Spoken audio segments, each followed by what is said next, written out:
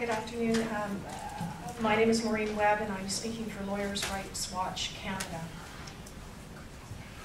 One of the first executive acts of President Barack Obama, just hours after he took office, was to order the closure of Guantanamo Bay and to stop the discredited military commission trials there.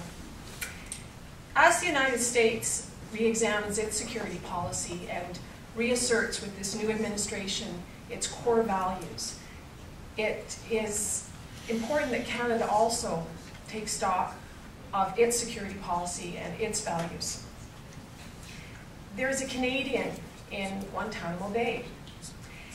While other Western countries have long ago secured the release and repatriation of their nationals from Guantanamo, Omar Khadr remains languishing there 7 years after the fact of his capture.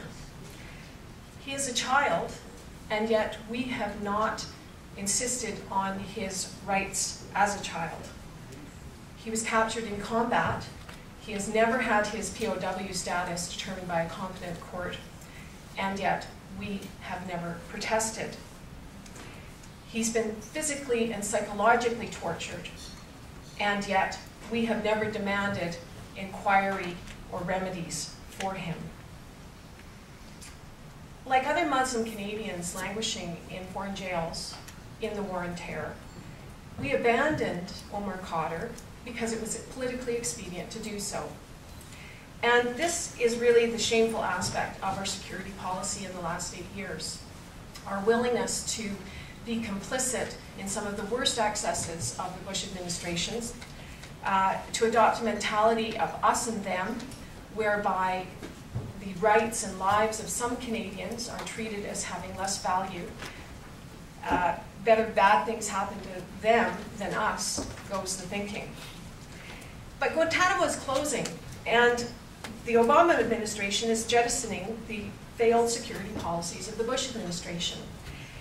And no properly constituted court in the US is going to allow the further prosecution of Khadr because of the torture and delay that he has suffered, which have irredeemably harmed his rights to fair trial and undermined the administration of justice.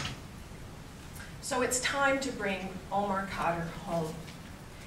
It's a duty that we owe to him, but it is also in Canada's interest, and this is something that the opposition parties have been pointing out in the last week. It is in Canada's interest to bring Khadr home so that before his release by US courts, we can have some control over his reintegration and rehabilitation in Canadian society.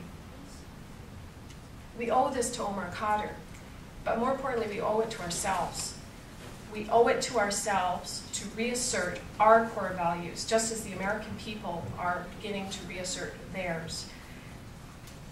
To reassert our belief in the equal worth and dignity of every individual, in the strength of the plurality of our society, and in our special tradition and role advancing human rights in the world. Thank you.